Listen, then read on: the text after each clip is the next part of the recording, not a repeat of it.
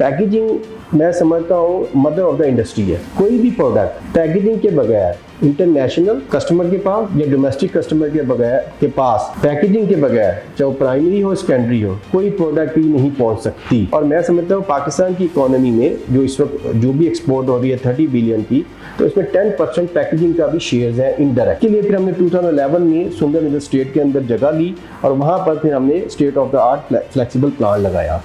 तो अब हम इस वक्त प्राइमरी पैकेजिंग में भी हैं और सेकेंडरी पैकेजिंग में भी है। हमारा एक प्रोसेसिंग प्लांट था वो किन्नू का, वो हमने भलवाल में लगाया 1991 में। स्पेन से हमने इंपोर्ट किया जो कि वॉशिंग, वैक्सिंग और ग्रेडिंग करता था वो प्लांट, और फिर हमने जिसकी वजह से किन्नू की लाइफ जो है वो 90 डेज इंक्रीज हो जाती थी।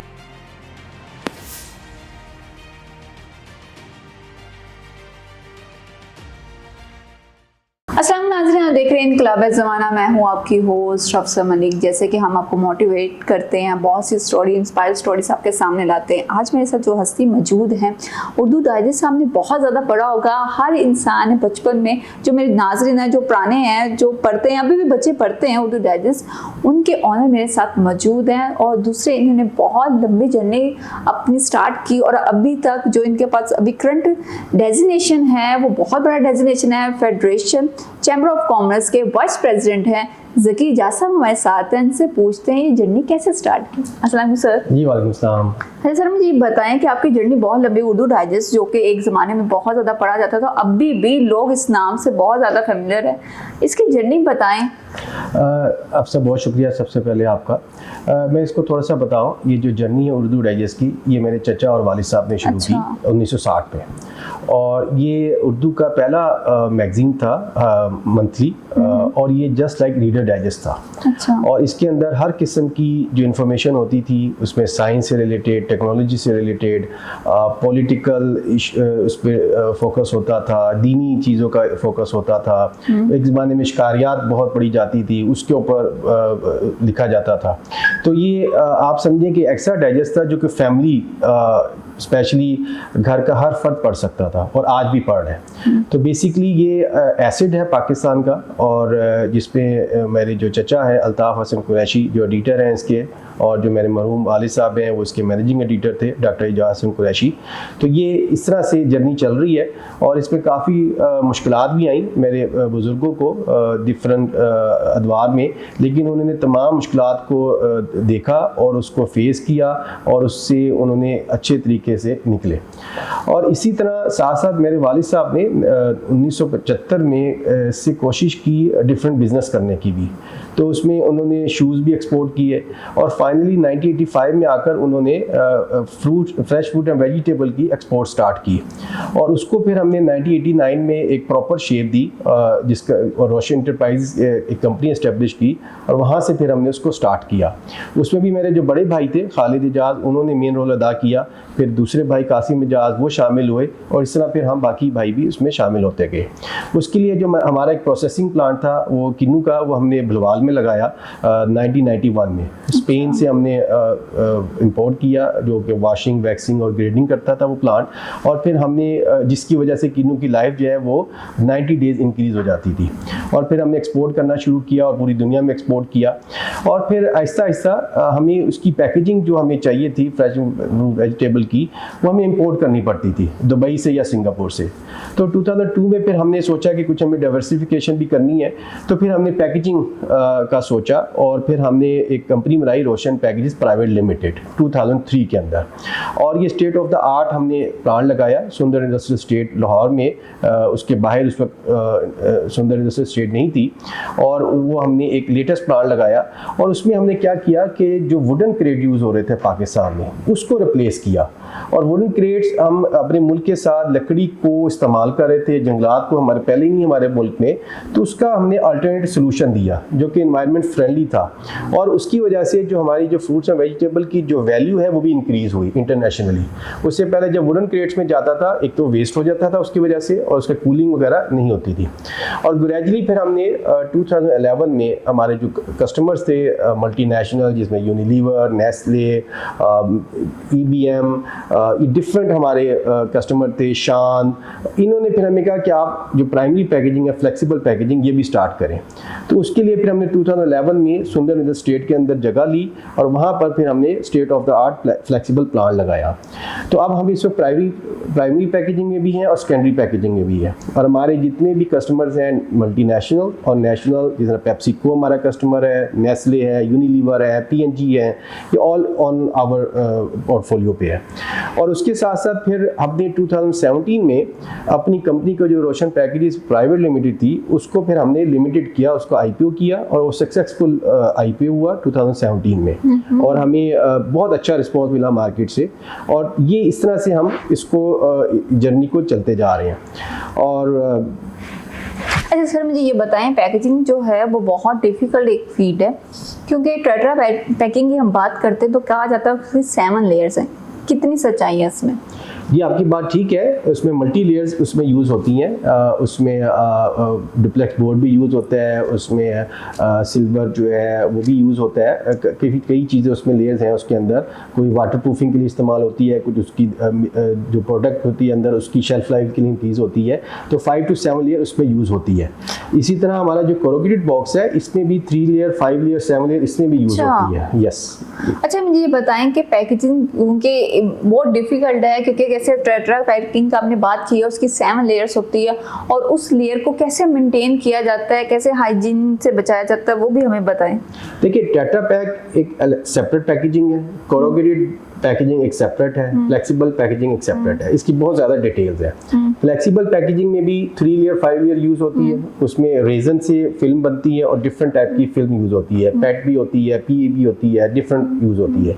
इस तरह जब मैं कोरोगेटेड की बात करूँ तो इसमें भी 3 लेयर, 5 लेयर और 7 लेयर यूज़ होती है। डिफरेंट टाइप के पेपर यूज़ होते हैं, as per customer requirement, demand, उसकी यूटिलाइजेशन के मुताबिक उसको डिज़ाइन किया जाता है और उसको इस्तेमाल किया जाता है। और मैं आपको यहाँ हसवा ये बताता जाऊँ अफसा कि पैकेजिंग मैं समझता हूँ मदर ऑफ द इंडस्ट्री है। कोई भी प्रोडक्ट पैकेजिंग के बगैर इंटरनेशनल कस्टमर के पास या डोमेस्टिक कस्टमर के बगैर के पास पैकेजिंग के बगैर, चाहे वो प्राइमरी हो सेकेंडरी हो, कोई प्रोडक्ट ही नहीं पहुंच सकती।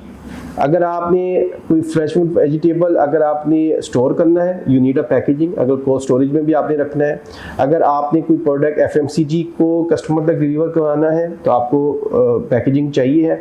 तो पैकेजिंग बहुत अहम रोल है और मैं समझता हूँ पाकिस्तान की इकोनॉमी में जो इस वक्त जो भी एक्सपोर्ट हो रही है 30 बिलियन की, तो इसमें 10% पैकेजिंग का भी शेयर्स हैं इनडायरेक्ट। कुछ पैकेजिंग डायरेक्ट भी एक्सपोर्ट हो रही है और इनडायरेक्ट तो देखिए कोई भी प्रोडक्ट, चाहे टेक्सटाइल एक्सपोर्ट हो रही है, चाहे गारमेंट एक्सपोर्ट हो रहा है, चाहे राइस एक्सपोर्ट हो रहा है, उसमें पैकेजिंग इस्तेमाल हो रही है। और मैं समझता हूँ कि पाकिस्तान को और पाकिस्तानी कंपनीज को अपनी ब्रांडिंग के लिए, अपनी मार्केटिंग के लिए हमें पैकेजिंग के ऊपर बहुत ज़्यादा फोकस करने की ज़रूरत है।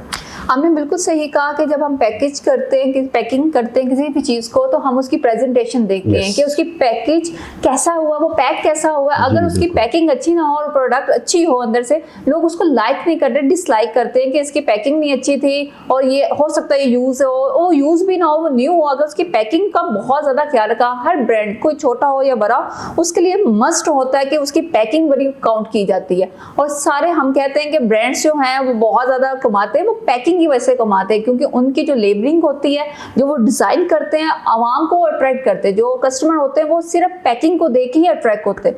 आपने ये बात बिल्कुल ठीक की है, लेकिन हम पैकिंग के अंदर देखा जाता है कि वुडन का भी इस्तेमाल किया जाता है, शीशे का भी इस्तेमाल किया जाता है, प्लास्टिक का बहुत यूज होता है।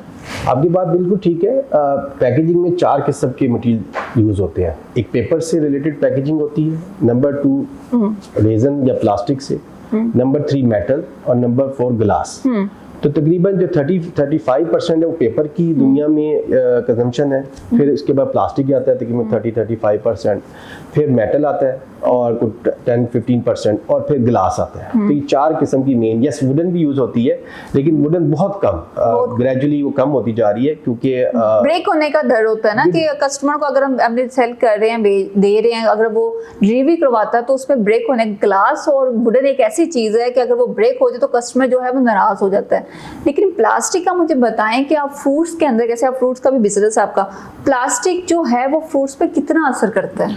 देखिए, चाहे प्लास्टिक हो या पेपर हो, दोनों कंडीशन के अंदर फूड ग्रेडेड होना बहुत ज़रूरी है। तो मैं समझता हूँ, स्पेशली अगर मैं पाकिस्तान की बात करूँ, तो इसके अंदर जो फूड ग्रेडेड का जो एलिमेंट है वो भी बहुत कम है हमारे यहाँ। यस, प्लास्टिक में यूज़ हो रहा है, जो ये मल्टीनेशनल और नेशनल कंपनीज अपनी प्रोडक्ट पैक कर रही हैं, वो तमाम उन चीज़ों को देखते हुए पैकिंग को बना रही हैं और वो फूड ग्रेडेड भी है। लेकिन स्पेशली फॉर एग्जांपल, आपको मैं एग्जांपल दूँ पिज़्ज़ा बॉक्स की, इस वक्त बहुत ज़्यादा ट्रेंड है, तो इसमें जो पेपर यूज़ हो रहा है वो फूड ग्रेडेड यूज़ नहीं हो रहा है। तो मेरी गवर्नमेंट ऑफ पाकिस्तान से और गवर्नमेंट ऑफ पंजाब से रिक्वेस्ट है कि इसके ऊपर जो पैकेजिंग है इस पे फोकस करें, और इसकी जो रेगुलेशंस हैं, इसके जो स्टैंडर्डाइजेशन है, इसको बनाना बहुत ज़रूरी है। स्टैंडर्ड्स हमारे मुल्क में नहीं है और ना कोई इसको फॉलो करता है, अगर बने भी हैं तो उसको कोई फॉलो नहीं करता। तो जो रेगुलेशन या जो स्टैंडर्ड्स बने हुए हैं उनकी इम्प्लीमेंटेशन बहुत ज़रूरी है। अच्छा, जैसे हम नाज़रीन को बताना है कि हम पैकेजेस की बात करें, पैकिंग की बात करें, पैकिंग के अंदर जैसे हम कहते हैं उसकी हम बाहर से देखते हैं कि वो कैसा दिख रहा है, अंदर से भी हम देखना चाहिए कि हमें वो कैसी चीज़ है। कैसे पानी की हम बोतल लेते हैं वो प्लास्टिक की होती है, क्या उसको धूप में हम रखते हैं, क्या उससे कैंसर बनता है? ये कितनी सच्चाई है इसमें माहिरीन कहते हैं कि अगर उसको टेम्परेचर पे ज़्यादा रखा जाए तो उसमें एलिमेंट डेवलप हो जाता है डिफरेंट डिजीज़ का। इसी तरह जो हम मास्टर जो 90 लीटर की बोतल यूज़ करते हैं, उसका भी एक टाइम होता है कि उसको हमेशा के लिए यूज़ नहीं कर सकते, वो भी कुछ टाइम के लिए 20-21 टाइम उसको यूटिलाइज किया जा सकता है, उसके बाद उसको हमें डिस्पोज करना चाहिए। तो मैं यही, जिस तरह मैंने आपको पहले भी कहा कि हमें स्टैंडर्डाइजेशन के ऊपर काम करना होगा, और इसमें मैं समझता हूँ कि जो कंपनीज हैं, मल्टीनेशनल, नेशनल और गवर्नमेंट के जो इदारे हैं और जो पैकेजिंग सेक्टर है, इसको मिलकर टेबल पे बैठना चाहिए और इसको मिलकर इसकी जो स्टैंडर्डाइजेशन है उसको बनाना चाहिए। और इसी तरह इस वक्त वर्ल्ड में और पाकिस्तान में भी, जैसे आपको पता है कि एनवायरनमेंट का बहुत बड़ा इशू बनता जा रहा है, सस्टेनेबिलिटी का बहुत बड़ा इशू हो रहा है। तो इसमें जैसे कि मैंने आपको मैं बताता चलूँ कि पेपर जो है एक बहुत ही अच्छा एक फाइबर है और एक अच्छा मटेरियल है जो कि रिसाइकल भी हो जाता है और रीयूजेबल भी हो जाता है।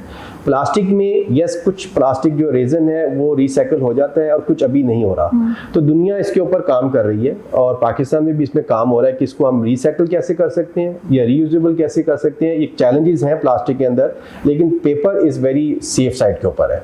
और इसी तरह ग्लास भी रिसाइकल हो जाते हैं और मेटल भी रिसाइकल हो जाते हैं, तो वो भी सेफ जोन में है।